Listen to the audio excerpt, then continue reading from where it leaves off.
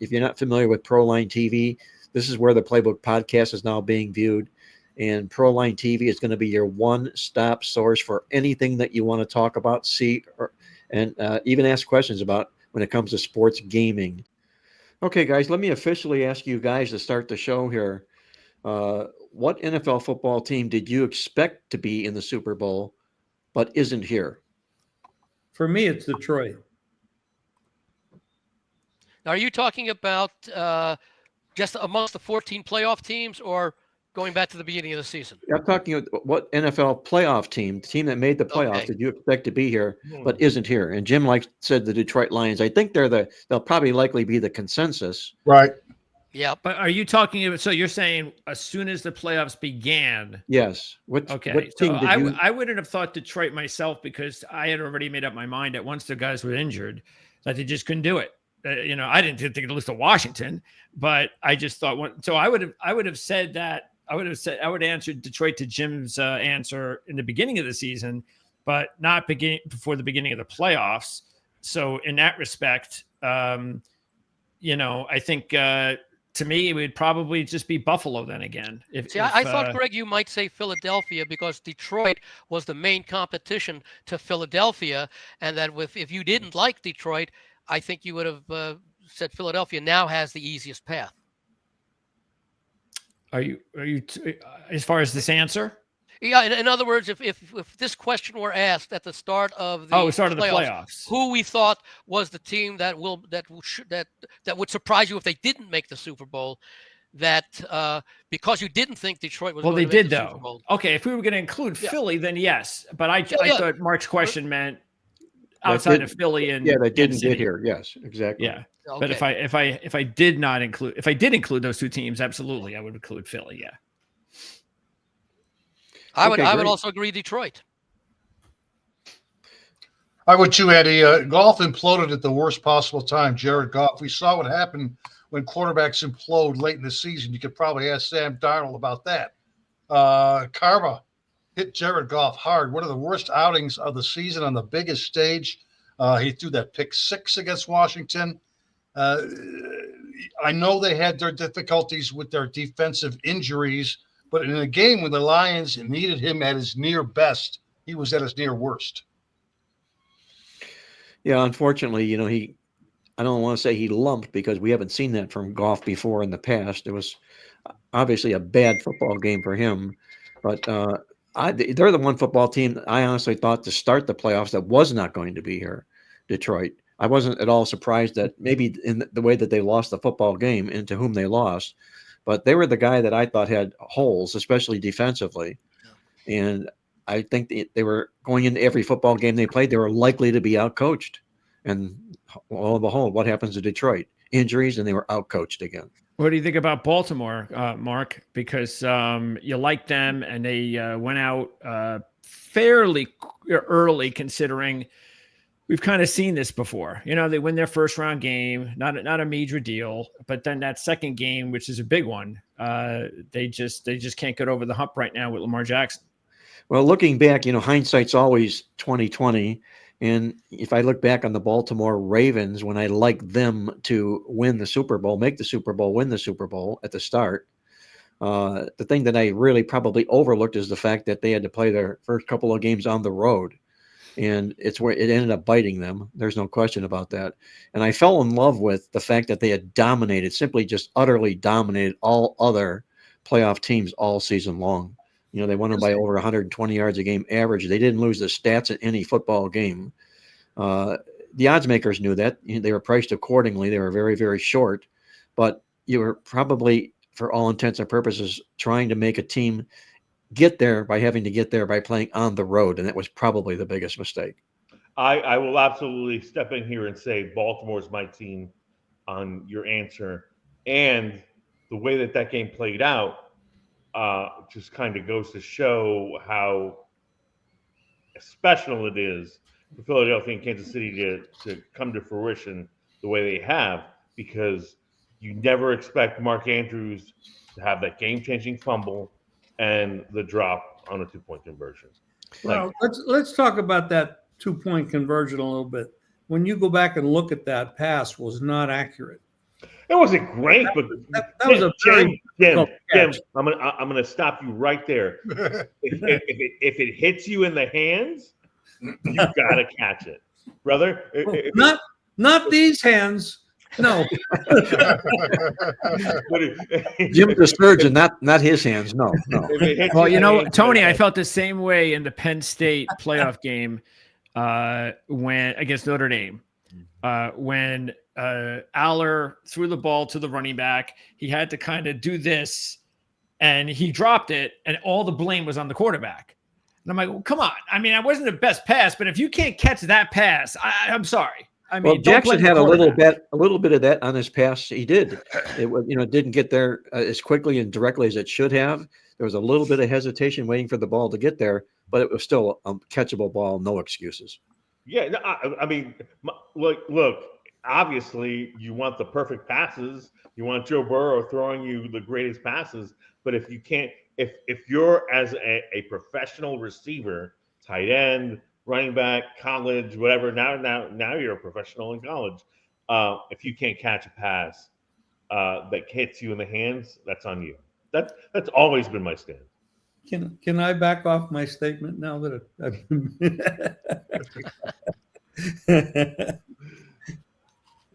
No, I think, Tony, you're right. And I think that there's a difference between the pass that Andrews did not catch and the one on that fourth down play in the Buffalo Kansas City game that ended the Buffalo chances. When the guy was Kincaid? Yeah. That was one that he was in the process of falling down as he was trying to catch it because the pass was just coming from a quarterback who, fortunately, and Allen was able to get that pass off. Yeah. That one I can excuse, but I think, yeah, you're right with the Andrews one that is a pass that should have been caught. If Kincaid makes that catch, and again, I think I'm in agreement with you. That was a tough play just all around. Yeah. But if Josh Allen is successful in completing that pass, that's one of the greatest plays of all time. Like, yeah, we're sitting here and watching that and saying unbelievable with the pressure that he had. That's David Tyree upside down. Of Josh Allen, yes, exactly. Yeah. And we know if that would have been the Chiefs, and that would have been like a fifth string wide receiver, somehow that guy would have caught the ball, and the Chiefs would have went on to win the game. That's unfortunately the problem with some of these players like Josh Allen is that we put a lot of the fault on them, or even Lamar Jackson, but at some point these guys need some help. They need a little luck, a little help, and right now those guys, nobody's getting it except the Kansas City Chiefs, and the Eagles are gonna look to put an end to that run by the Chiefs on Sunday. Correct me if I'm wrong, guys, but did I see a player, a Buffalo wide receiver, just to what would have been the right of the tight end, Kincaid, enter into the picture? And could that have made him hesitate to think he was crossing over in front of him to get the ball? Did you guys see that? I wasn't paying attention to it. Whenever I see someone drop a ball, though, that's difficult, if I see it like it's in his hands, then I know that, okay, come on, it was in your hands, dude. With Kincaid, it's like his hands went up, and before he even could get his hands up, it went right through him. So I didn't even know if he saw the ball. And that's why I think it was such a tough catch, because he was like in a completely weird position. Right. He was trying to come back for the ball. Allen was not necessarily throwing to a specific receiver. He was more throwing the ball. It was a mini Hail Mary, yep, in which he was just throwing to an area. Yep. It was fourth down. He had no choice. He had to get rid of the ball. Yeah. I would think that, and I haven't seen it, but I would think that Dalton Kincaid feels that he needed to come up with that. I'm sure he's going to say that. He really had to go against his momentum to any sort of catch. If you look at the end zone view of that catch, Tony, you're absolutely right, because he got two hands on it, but he completely had to change directions in order to secure a couple of hands and balls on it. Yeah, let's check it out here. So let me see. Yeah, I mean, I honestly, it's one of those issues where there you go, Greg. Nice. Like, there's the play. There's immediate pressure. Here it is, and then Yeah. I'm gonna heave it up, and then you're right there. Yeah, there was 4 Yeah, red there was jerseys someone in right there, near man. him. You go back, if you rewind that a little bit and you look at the back blitzing, that's where that all came from. That Spagnuolo blitz from a back caused that whole thing to be Right, and they said that was the first time Spagnuolo sent that particular blitz. in this game, but he does that. Oh yeah. He has the most varied scheme of blitzing of anybody, and that's what causes a lot of these guys trouble. And Well, it that's looks like what makes coaching so valuable when you have special plays that you don't use until critical late game situations because you haven't shown it all game. And so the opposition, the offense in this case, isn't expecting it. And we see what happens when it's sprung on them by surprise. Getting Mark, back to the you Super might be Bowl, right, Mark. It looks like Mac Hollins may have been the guy in front of him there. It looks like the wide receiver. Yeah. Yeah, and even judging by that replay, I can't. That's clearly his ball. Yeah. There's no way that he's like, oh, I'm confused as to who should get that. It was Kincaid's ball, but he still had to make a heck of dived an at effort to it, get and to he it. had You two know, Yeah, guys. he did. Yeah. right? He had to completely change direction. Yeah. Well, also keep in mind it was a busted play, so the receivers had really no idea of where they were going to be. They were just looking to see if the ball could be caught from wherever Allen was managed to get to throw it. That wouldn't have been David Tyree level, but right below it. Yeah. I said David Tyree upside down. Yes, sir. Well, speaking about David Tyree, it brings to mind, guys, about what Kansas City's objective is this game, and that's to become that first team to ever win 3 successive Super Bowl wins in a row. And I sort of relate this way is that we had a team that maybe wasn't trying to win 3 successive Super Bowls in a row that I'm going to allude to, but I think it was Super Bowl 42, if I'm correct, the 18-0 New England Patriot football team. Mm. When they lost to the New York Giants as prohibitive favorites. Was that a case of too much pressure being on New England? And if it was, does the same scenario, the same cloud linger overhead of Kansas City? That's the question I have to ask you guys. I think that was just a tremendous defensive game plan played by the New York Giants. Remember, they ended the regular season against each other, and I think the Patriots won like 38-35 or something like that. And I keep hearing all these arguments about Eli Manning making the Hall of Fame because of the fact that he has those 2 Super Bowl wins. Now, Eli Manning had a very good career, but the reason why the Giants won those 2 Super Bowls, 42 and 46, was because of the defense. The Patriots were averaging, 30-something points a year, and what was it, 17-14 the final, I think, in that one? So that was the Giants' defense that was able to win that, and pretty much the same thing in the second game. I want to say that was maybe 21-17 Giants, something along those lines. So it was the Giants' defense that won those Super Bowls. However, of course, ignoring the fact that they held New England down, it did come down to some great plays by Manning at the end of the game. But, the Patriots should have had much more. They should have doubled the points that they had at the time of those great plays by Manning. So does that pressure still loom over Kansas City here this year? Everybody says it's 3 in a row. The fact of the matter is there has been a team that's won 3 championships in a row. Green Bay. Yes. But they won the NFL championship the year before Super Bowl 1 was designated as Super Bowl 1. Right, and then Super Bowl 1 and 2, right? Right. And Yeah, Mark, I genuinely believe that doesn't even matter. Like honestly, it becomes one of these things where all of these particulars have been in, like the people that truly matter have been in these spots already. So you got your Andrew Reid, your Pat Mahomes, your Spagnuolo, in general, I don't think that the fact that this would be 3 generates pressure. Exactly. Kansas City's goal is not to win. Kansas City's goal is not to win a 3rd straight Super Bowl. Kansas City's goal is to win this season's Super Bowl. Exactly. Correct. well, I'm sure that's Andy Reid's approach to the game. And that's the other big asset that, aside from Patrick Mahomes, obviously Kansas City has, is Andy Reid. We all know what he's done, how especially strong he's been with extra time to prepare for opponents. And I think we mentioned on a show earlier or 2 ago that everybody overlooks Nick Sirianni, but he's sort of had his fair share of success with the Eagles as well. He's done 4 very for well. 4 times in the playoffs. Yeah, Yeah. he's done very well. Yes. And Reed has already basically said, "I'm coming back." So it's not like this is the last hurrah. I mean, this is, and again, I haven't made my mind. I'm genuinely leaning towards Kansas City, but I'll probably lock it in tomorrow, one way or another. This is not one of these things where we're saying there's a clear cut favorite. Obviously, Right. 1.5. What's 1.5? And I will spin this to you guys. What do you think about the spread that is 1.5 and not 1 and not a pick 'em and not 3, obviously, but it's 1.5? What do you guys think about that? Well, about 70% of the books right now have 1. There's a Yeah, few 1.5. that's right.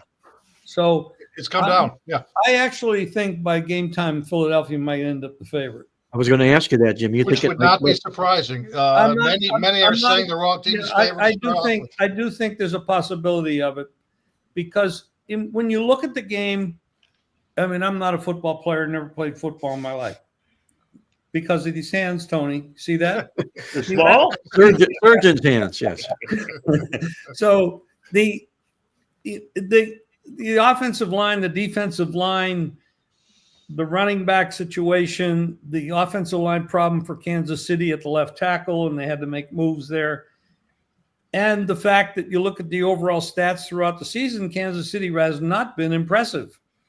Now, they got some new players back that could make a big difference if they can gel them into the team. And then the other side of it is Spagnuolo, who's probably the best defensive coordinator in the game, and Andy Reid, who was successful. He has more wins in Philadelphia than any other coach ever had before he moved over to Kansas City, and now he's doing all this over here with Kansas City. The coaching edge and the Mahomes edge, I feel you have to go with Kansas City. The other, when you look at the other side of it, is the Look at their defense. body of work. Is that what you're The talking about? defensive line and the offensive line for Philadelphia are just amazing. And so when you look at that, if their coaches can figure out how to use that advantage, they should be the favorite. But that's the edge. That's the whole game. I looked at it as this year's Kansas City team, and the numbers bear it out, is not as good as the Kansas City team that faced the Eagles 2 years ago, whereas this year's Philadelphia team, largely it has to do with Barkley being here and Jalen Carter developing in a second year as possible defensive player of the year, that this year's Philadelphia team is better, if not much better, than the team that lost 2 years ago, and that game came down to a kick in the final 8 seconds. Correct. Well, I think it's safe to say that Kansas City, for as often as they've been here, they've brought spotty numbers with them almost every year. Yeah, right. You know, the cuffs and the collars don't match their record and their stats. And is that a sign of coaching, good coaching by Andy Reid?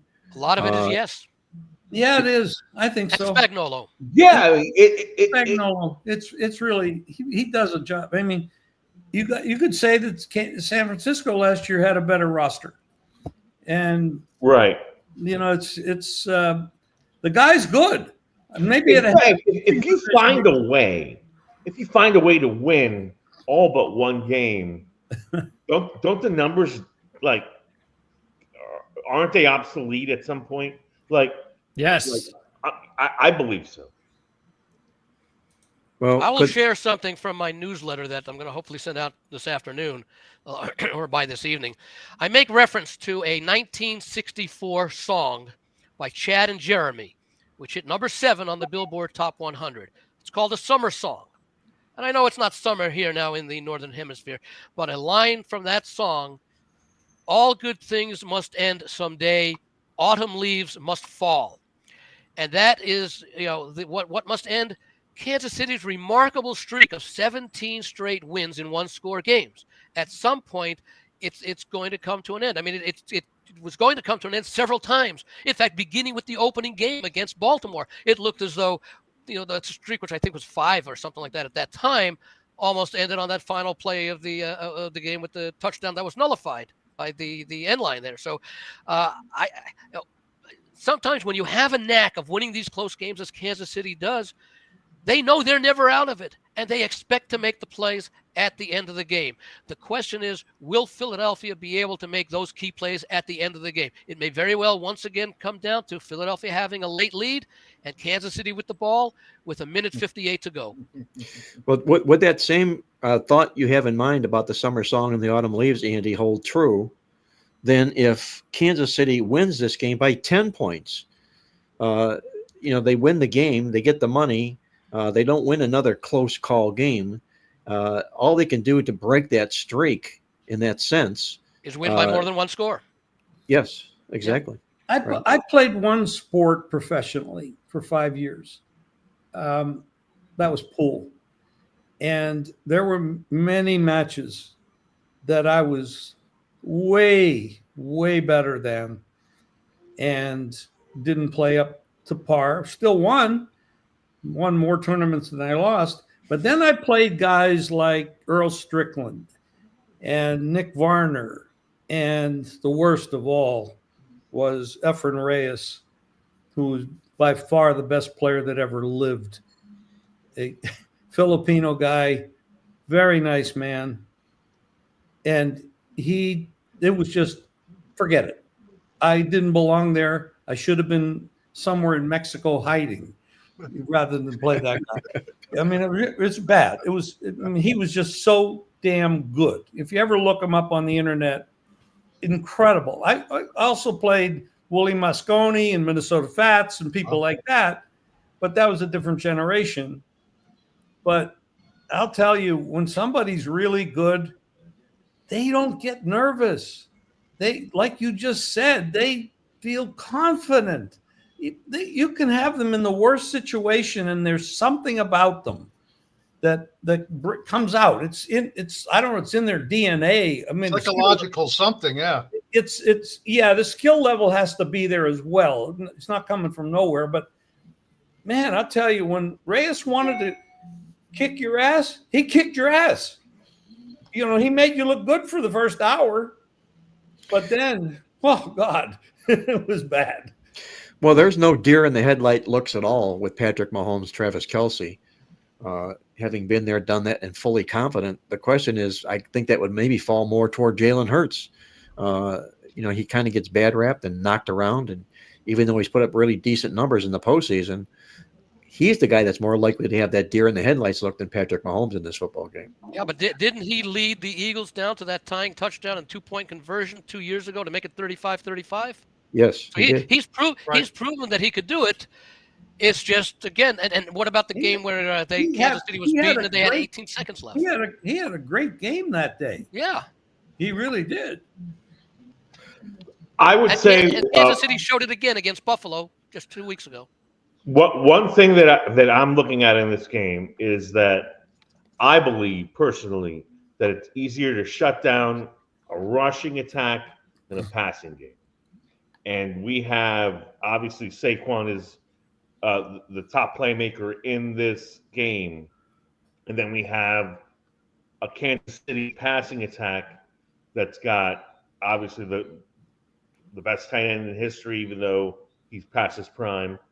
You've got 5 receivers that are now all healthy. And if you look at Philadelphia, you have A.J. Brown, Devontae Smith, the tight end. Goddard. Dallas Goddard. And that's it.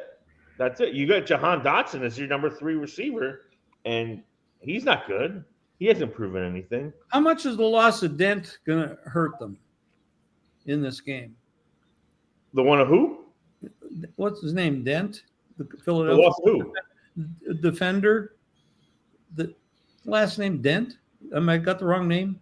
Oh, Jacoby Dean. Dean, excuse me.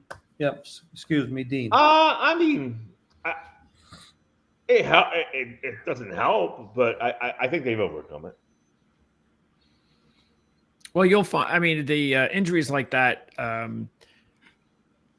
you definitely notice them more, and when they have to play the better teams, and he was, it's an important part of the team. Being able to get everybody aligned and all of that, and so no question. But yeah, so far as Tony said, they've gotten over it. It hasn't been something that's hurt them so far, but now they've got the biggest test yet, and we're also waiting to find out if Brandon Graham, even if he plays, how effective is he going to be? Same thing with the Eagles' offensive line. It looks like, the center's going to play. How effective is he going to be?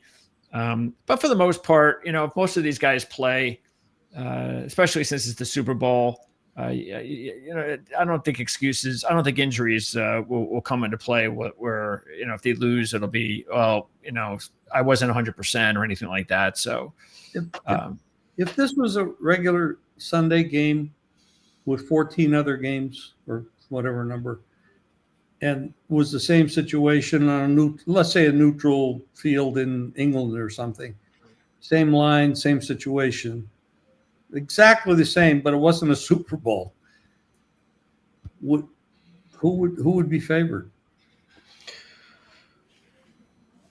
That's a good question.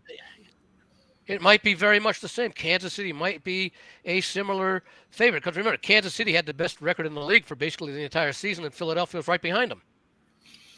Well, why? Let me ask you guys this: why is Kansas City favored in the football game?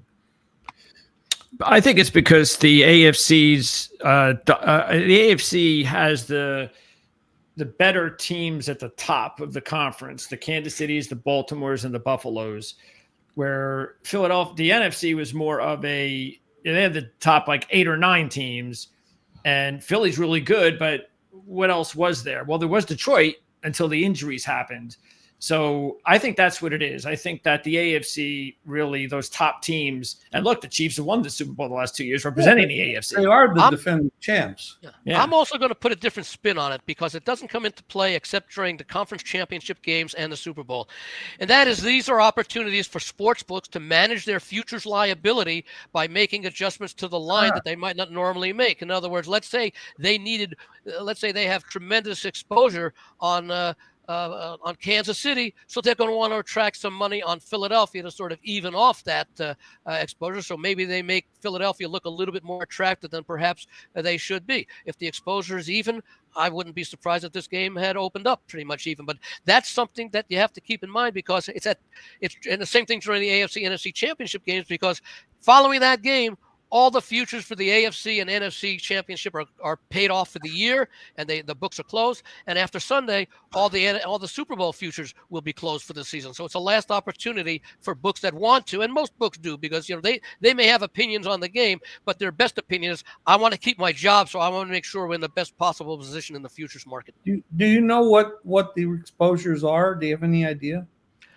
I don't, other than I have to believe that Philadelphia was a longer shot at the start of the year, but still considered to be a contender. And so they probably got a lot of tickets being written, especially later in the summer as the season approached, and especially since when Barkley came over, that I have to believe that they have more exposure on Philadelphia than they do on Kansas City, which goes exactly against what I said. So I have to believe the exposure on Kansas City may just be due to the volume of the fact, and the public says, yeah, they've won 2, they can win 3, etc. So my guess is that the exposure is probably slightly more on Kansas City, but I don't know.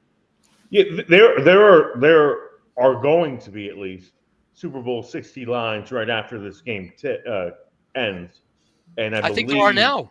Yeah, are they out there now? Yeah. That I haven't seen, but I believe the Chiefs were the favorite to win Super Bowl 59 at the start of the year. They're the favorite for next Super Bowl as well. Who's the favorite next year?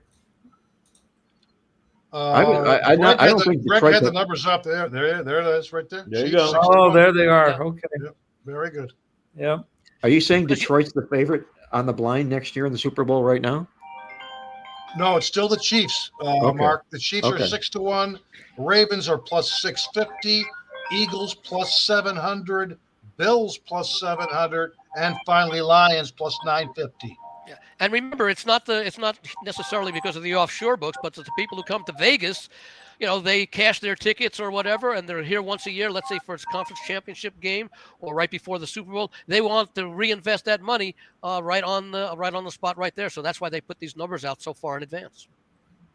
I would have jumped all over this Lions line as soon as the season ends, or if I was going to start making predictions already for next season. But you can't now, or at least I can't now, because now they have new coordinators. Yep. And that is going to change potentially everything about this team. You're missing the key, though.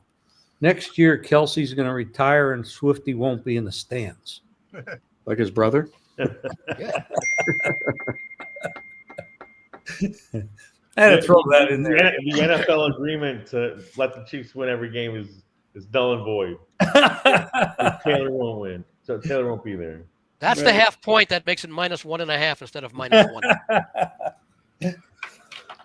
There's another thought, guys, I want to share with you. And I heard this on your pizza show, Jim, which is a great show that you do. And everybody can watch that here on the ProLine TV network. And if you're not familiar with ProLine TV, this is where the Playbook podcast is now being viewed.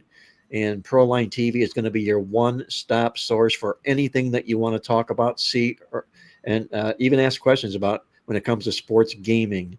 ProLine TV. And Jim does a pizza show in Las Vegas, very popular pizza show, I might add, because not only is Jim the featured guest there, but he also brings a wealth of knowledgeable people in the city of Vegas to the show every week. Andy Isco being one of them, I should say that. That's right. A few weeks ago, yes. Had a lot of fun. On your last show, Jim, I know Steve Fezzik was in the crowd. Yes, he was, and Bill Krakenberger, and and several other. We've had Aaron Renning, Andy Isco was there. We've had, the funny thing, not funny, but we live in Did you have Scott on there at all? Was Scott on there? Was Scott? Yeah, he's been on. Scott Pritchard? Yeah, Scott's been on, I think, a couple times, and he's the one with the big ticket. Yeah. What we just talked about earlier. The one thing about Las Vegas is a lot of people came here from all over the world to try to make money gambling. Very few have succeeded, but the ones that succeeded are still here, and they're on the show, and you're getting this tremendous gaming, betting, management, money, and angles. It's incredible what we have going on there, and if any of you you're all invited to be on if you come to Las Vegas, of course. It's really amazing, and it is all free. ProLine TV on YouTube, and we air it there. And the name of the restaurant, by the way, it's the Pizza Show, but it's Dom DeMarco's on West Charleston. Great Some food. of the best food in Vegas. Yeah, and Albert Scalliot is the owner, and he does a fabulous job. And he told me we were gonna stop the week after the Super Bowl, and then he said, "Nah, we're having too much fun. We're just going to do it all year long." Well, Jim, let's get back to the pizza show. And what I alluded to is questions came from the audience, which is always good. And I think Steve Fezzik brought up a great point, and he was talking about the line on this football game. And he drew the comparison that, like, when he goes house shopping, he likes to compare the comparables in the neighborhood. When he's going to buy a house, he wants to make sure he's paying the right price. You don't want to overpay or underpay. And he brought out the point that the Kansas City Chiefs were a 1 or 1.5 point favorite at Buffalo. And I think you can argue that Buffalo and Philadelphia are pretty close to even to each other from a power rating perspective. You might say that the game would be pick if they played on a neutral. But yet, Kansas City's a 1.5 point, or was a 1.5 point favorite here in this particular football game after laying 1.5 at Buffalo. Tony, what do you think that's all about, that line? The Super Bowl line? Yeah, the Super Bowl line compared to Kansas City laying 1.5 at Buffalo in the playoffs. I was honestly surprised that Philly wasn't favored, and I believe it's entirely generated to entice the public to lay points if you're going to bet Kansas City, because the Chiefs are going for the three-peat. This is the known commodity. Up until the NFC Championship game, we had concerns about Jalen Hurts being able to pass the ball, which he obviously can pass the ball. Let's not forget that if the Eagles started 1-3, Dick Sirianni would not be their coach. Let's not forget that. I mean, this happened. This was the case. The Eagles. Let's not forget that Joe Shane, who I think sucks and is terrible at his job, basically told Saquon Barkley on TV, "You're not what you think you are, and we're going to give up on you." And then you go to Philadelphia and do what you did. So yes, the Eagles are the ultimate underdog. So Are they the better team? If you're going to tell me that the Eagles are the better team, I'm not going to argue with you. I mean, Jalen Carter, fantastic second-year player. were they a better team than Buffalo? Yes. Yes. Oh, yes. Yes. Well, they were favored at a Buffalo. better running team, Yeah. more Yes. weapons on the outside, and a significantly better defense than Buffalo. Yep. Yeah. Yes. They had to run over Buffalo.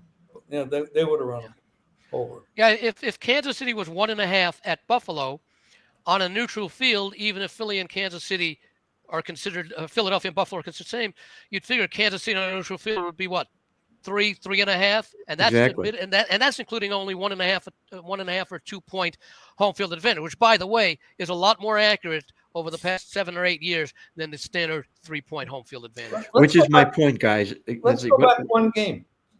I'm sorry? Look who Philadelphia ran over in that last game. The only pretender that was in the last 4 was Washington. They didn't earn as being the 4th best team in the league. They weren't necessarily the 3rd or 2nd best team in the NFC. They caught Detroit in a bad situation, and they had a good year. I'm not knocking it. And they have good players. But if you look roster for roster, they don't match up with any of these teams. Jim, even before that, you could clearly find people that would say if it wasn't snowing, the Rams would have beat them. Yeah, right. Exactly. So let me ask you this, Victor. If and I'll let this go because I keep harping on it. It's only because there's a point I want to drive home here. So as Andy said, by comparative line, the Buffalo game in Kansas City, by that same comparison, on this neutral field, Kansas City should be 3 or 3.5 points. Yet they only come 1.5, and now it's down to 1. Don't you feel the odds makers know that the betting public is going to be all over Kansas City, and this Kansas City number should be jacked a little bit rather than come down? Have you seen splits, Andy, on this money-wise? I have not. I can give them to you. Give me a second. Sometimes there's a lot more bets on one side, but a lot more money on the other The side. other, yeah. That'd be interesting to look at it. I haven't looked at that. Where are you? Victor, I have have you like noticed 18 anything? windows Have you of noticed it. anything in One the of them- over/under total one this of year them in this Super Bowl, as opposed to other Super Bowls that we've seen? Is this number up a little bit just because of the name of the two football teams and the fact that they're very popular, high-scoring teams? It hasn't moved too much. We're still in the neighborhood of anywhere from 48 to 49. There's some 48.5s out there as well. The last 2 Super Bowls have been pretty high scoring, 60.0 total points per game.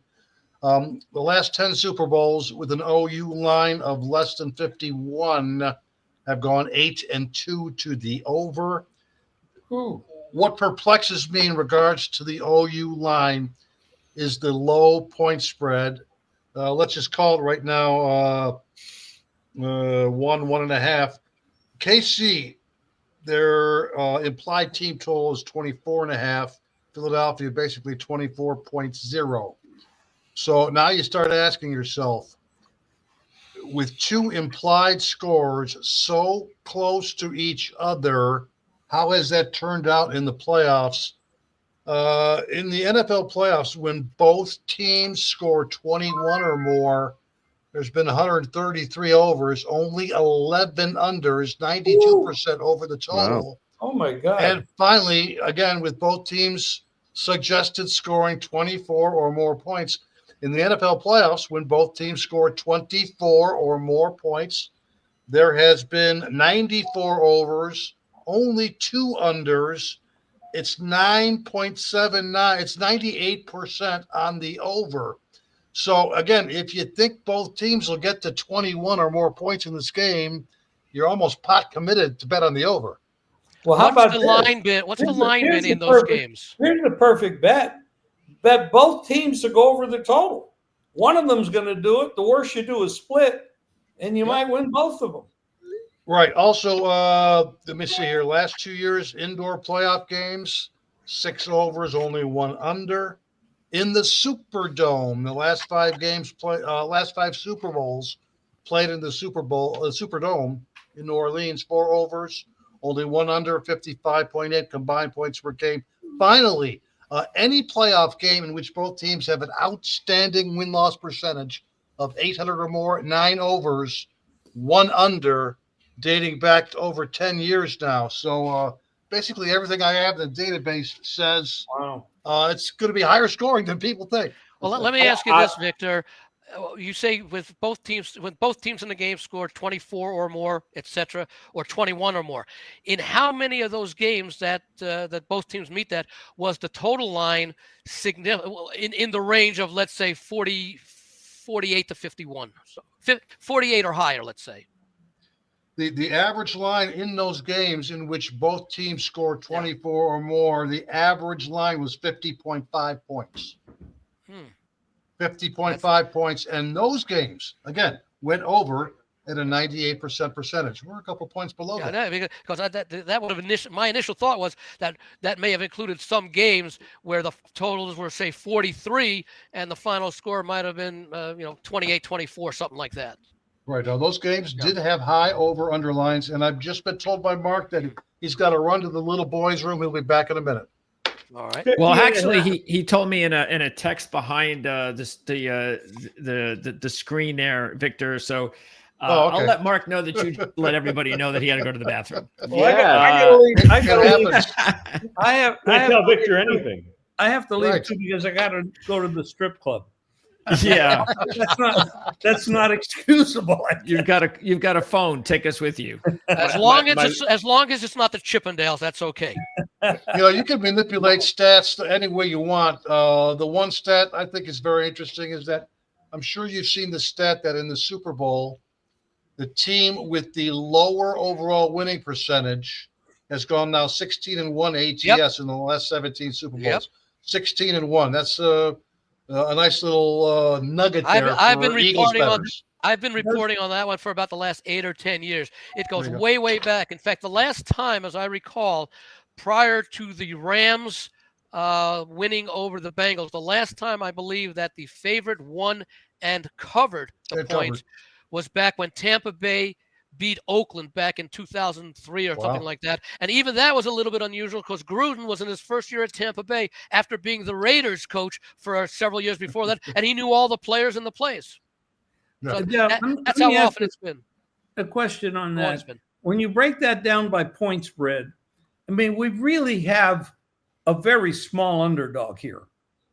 It's 1 point away from pick'em in a lot of places. So if you broke that stat down by point spread, let's say 1 or 1.5 dog, what is that stat? And by the way, I believe Super Bowl, we have not had a point spread higher than 6.5 for like 7 or 8, maybe 9 years. Really? They've been very competitive point spreads the last Remember in the beginning when the Super Bowls were all blowouts by half? Oh, yeah. Oh, sure. Well, even in the 1990s, there were 3 blowouts in a row. Yeah, those were the days. I remember the Bengals 49ers Super Bowl being that ridiculous. The Boomer Esiason, I guess, Montana, maybe Steve Young, I don't remember. But whoever it was, the 49ers won. That was the 20-16 game. No, the one they won by 1 million. Like I got. Well, I that gotta was, say that, this. I don't think that was Cincinnati. Cincinnati No, it was the wasn't. 20-6 game with John Candy in the It crowd was and probably Montana the looking at it. Chargers. Yeah, the Chargers game. Yes, The the Chargers Chargers and Niners That's game. what I'm 49ers. thinking of. Yes, Yeah, Okay, yeah. 49, you're right. like 46-29 or something like that. Yes, Well, I remember the- that the one blowout because San Francisco win. they didn't show the final play of the game, which had a lot of importance for some of the props with the quarterback kneel down because they were busy showing the 49ers celebrating. No, All right, so I'll say something accurate now since I said something inaccurate. The Eagles are at 78% on public money and 64% on the hold, based on the info I'm looking at. Really? Okay. Yes, sir. Well, that might indicate that the Eagles could end up the favorite. Correct. I hope so. That'd be great. If you're betting the Chiefs, that'd be great. But that to me would be stunning, only because so much public money will come in. And again, I don't want to confuse our things, as we said earlier. Like, public money doesn't drive lines, but at the same time, like, books want to be on the winning side of it regardless. So it would surprise me if there are substantial bets made on Philadelphia. And again, like, now you're at the point where you're either betting Philly +1.5 if you bet them, +1 if you're on books that have them +1, and from what Jim said is correct. From what I'm looking at, Superbook, South Point, Caesars, Heritage, all those books are now down to 1. You're betting Philly plus that point, or you're betting Kansas City money line. Like, it would surprise me to see Philadelphia favored on Super Bowl Sunday. But again, the numbers do say that right now, Kansas City. Most people like Philadelphia. You know, there's going to be some 7-figure bets on this game before it goes off. Absolutely, which nobody should do. But yes, And those will probably be what, Jim? Saturday night, Sunday morning, or Sunday by noon, let's say. Yeah, they're going to push this number one way or another. They're going to push. In fact, I just opened up the database just to take a look at really, really, really short favorites in NFL postseason play. Favorites of 1, 1.5, or 2. So 2 points or less favorites. In the NFL playoffs, they've gone 12-31 ATS against the spread, dating all the way back to the 1980 season. The short favorites of 2 or less points do not do well in postseason play. 12-31, including 1-5 ATS in the Super Bowl too. But what's interesting there is because if you're favored by 1, 1.5, or 2, the public is going to say, "Oh, I can play the favorite and don't have to lay a field goal." Right, and they got burned. Right. And remember, the majority, if not all, well, a lot of the postseason games, obviously, you have home field advantage, but the Super Bowls are basically neutral. That's an incredible stat. It really is.